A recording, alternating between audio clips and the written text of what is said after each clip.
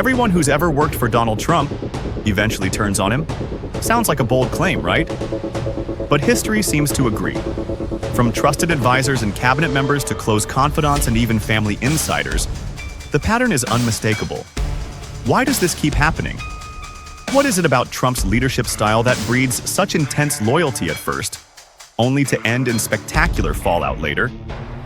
Today, we're diving deep into the relationships, the betrayals, and the chaos behind the curtain to uncover why working for Donald Trump almost always ends the same way. Segment 1. Setting the stage, Trump's leadership style. To understand why so many former Trump aides, allies, and advisors end up publicly denouncing him, we have to start with the way Donald Trump leads, or perhaps how he rules. Trump's leadership style is unlike any conventional political figure. His approach is transactional, deeply personal, and built around one key principle: loyalty. But loyalty to Trump is a one-way street. It's demanded, not earned. And it's tested constantly. In Trump's world, loyalty is currency. As long as you defend him publicly, protect his image, and never question his authority, you're safe. But the moment you disagree, challenge his decisions, or steal the spotlight, the relationship begins to unravel. Trump's management style is built on confrontation. He thrives on chaos, believing that conflict fuels attention and power. To him, every relationship, even with his own staff, is a test of who can survive under pressure. Political analysts have described his approach as CEO authoritarianism, where the boss demands loyalty above competence and where internal competition keeps everyone on edge. It creates short-term loyalty but long-term instability. Segment 2. Key examples of fallout. Let's look at the human cost of that system. The long list of insiders who once praised Trump, only to later become his fiercest critics. Subsegment 2.1. Michael Cohen, the fixer who flipped. Michael Cohen wasn't just Trump's lawyer. He was his shadow. The man who cleaned up messes, silenced stories, and made problems disappear. For over a decade, Cohen described himself as Trump's pit bull. He defended Trump on television, threatened journalists, and handled sensitive deals behind closed doors. But everything changed in 2018 when federal prosecutors came knocking. Cohen was convicted for campaign finance violations linked to hush money payments to adult film actress Stormy Daniels. Facing years in prison, Cohen broke his silence and his loyalty. In Congress, he called Trump a racist, a con man, and a cheat. It was a total reversal, from personal protector to public accuser. The betrayal cut deep, but it also revealed how fragile Trump's loyalty network really was. Subsegment 2.2. Omarosa, Manigault, Newman, from apprentice to adversary. Omarosa Manigault. Newman had known Trump for years. She first met him on The Apprentice and later became one of his most visible black allies during his presidential campaign. Inside the White House, Omarosa served as Director of Communications for the Office of Public Liaison. But soon, her influence waned. And so did Trump's patience. After being dismissed by Chief of Staff John Kelly, Omarosa claimed she was locked out of her office, and she didn't leave quietly.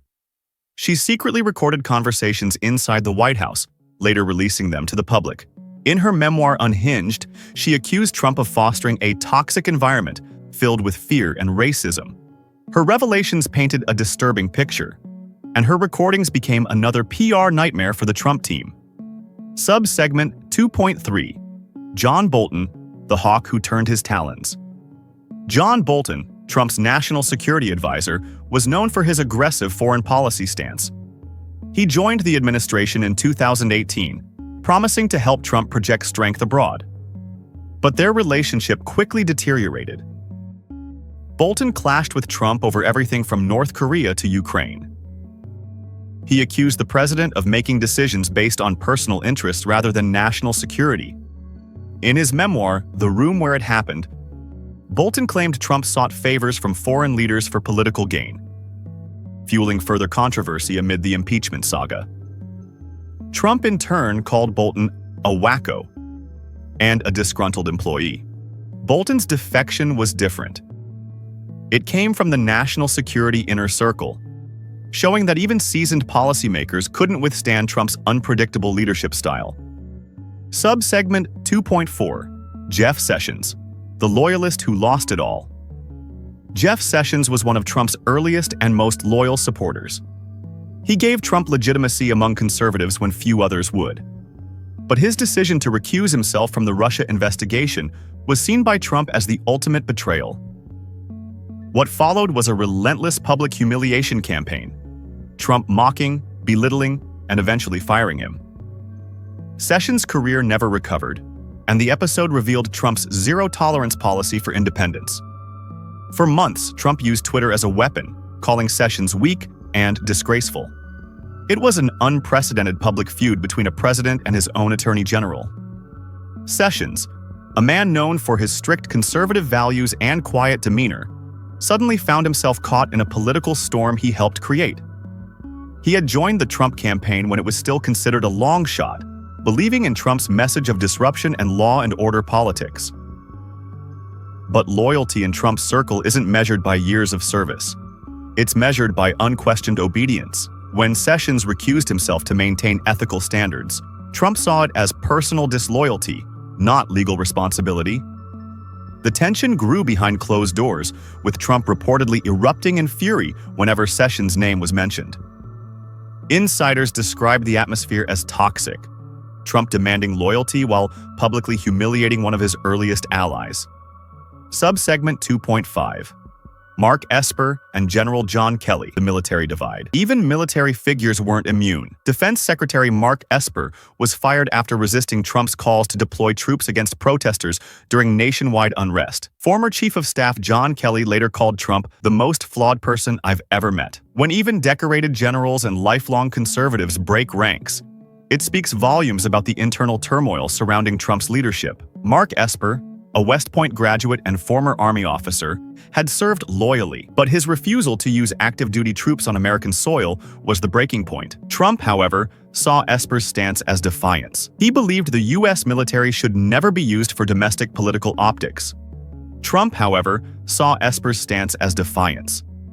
Within days, Esper was removed, his exit announced in a single tweet. Behind the scenes, the tension between Trump and military leadership had been brewing for years. Generals accustomed to chain-of-command discipline struggled to navigate Trump's impulsive decision-making. John Kelly, a retired Marine Corps general and one of Trump's earliest chiefs of staff, once tried to bring order to the chaos of the West Wing, but even he couldn't rein in Trump's volatile impulses. After leaving the administration, Kelly became one of Trump's harshest critics, accusing him of disrespecting military families and caring only about his own image. The military divide exposed a deeper truth. Trump's leadership style clashed with institutions built on duty, honor, and accountability. For many in uniform, his disregard for traditional norms wasn't strength, it was recklessness. Segment 3: Patterns and Psychological Insights. What connects all these stories? Experts say it's the culture Trump creates around himself, one built on dominance, distrust, and dependency. Trump inspires fierce loyalty at first because he offers power, access, and visibility. But that loyalty is fragile, constantly tested by his need for control and public validation. Psychologists describe this as a classic narcissistic leadership pattern. The leader surrounds themselves with admirers, rewards flattery, and punishes dissent. Over time, this erodes trust and drives away even the most devoted allies. Trump's charisma is undeniable. He knows how to make people feel important, chosen, even indispensable.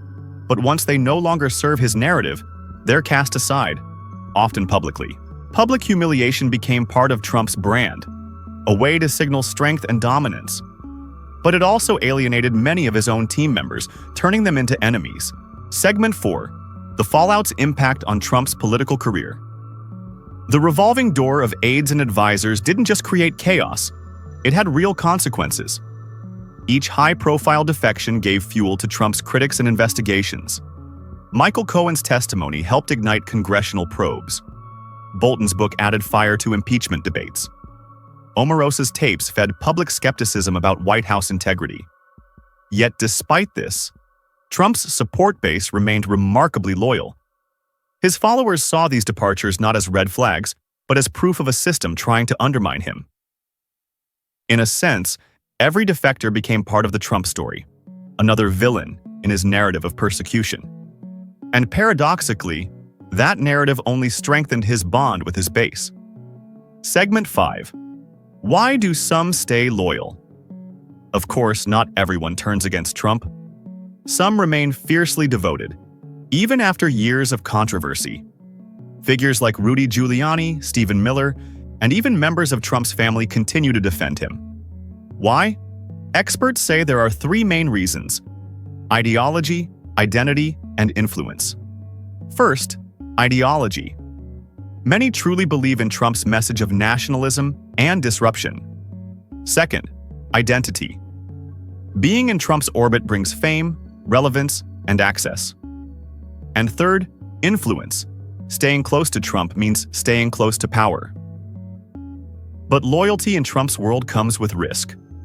Those who stay must navigate constant chaos, shifting allegiances, and public scrutiny. In the end, even the loyal risk becoming the next target. Segment 6. What this means for future political leadership.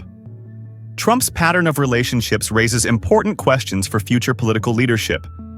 Can loyalty-based governance work in a democracy?